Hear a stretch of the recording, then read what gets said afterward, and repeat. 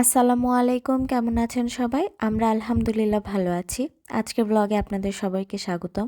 সম্পূর্ণ ভিডিওটি দেখার অনুরোধ করে শুরু করছি আজকের ব্লগটি। ভিডিও ক্লিপগুলো বেশ কয়েকদিন আগে ব্লগ আকারে শেয়ার করার জন্য রেডি করে রেখেছিলাম।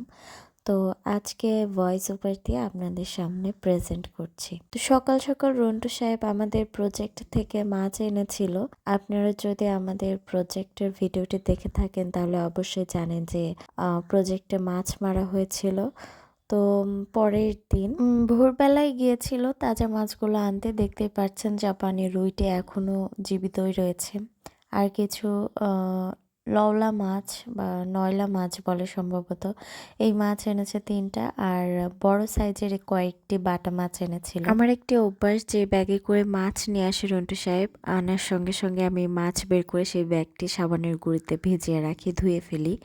অমনি তুলে রাখি না, আমার কাছে জিনিসটা ভালো লাগে না।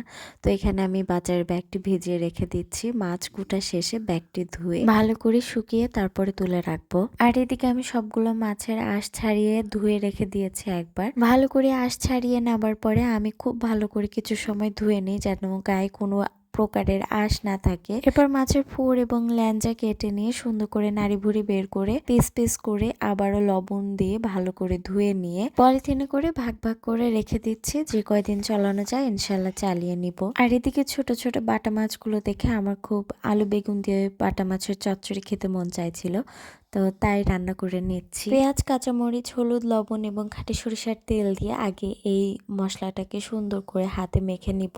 যত বেশি সময় নিয়ে আপনি মশলাটাকে হাত দিয়ে কচলে নেবেন বা মাখিয়ে নেবেন ততটাই তরকারির স্বাদ আসবে। তো আমি পেঁয়াজ, কাঁচামরিচ বেশ কিছুক্ষণ সময় কচলে নেওয়ার পর আলু নিয়ে নিলাম। তারপরে এখন দিয়ে দিচ্ছি বেগুন আর আলুটাকে বেশ কিছুক্ষণ মেখে নিব। মেখে নেওয়ার পরে দিয়ে দিব মাছ। আমি কিন্তু অনেকটা ধৈর্য এবং সময় নিয়ে এই মিশ্রণটা মাখিয়ে নিচ্ছি।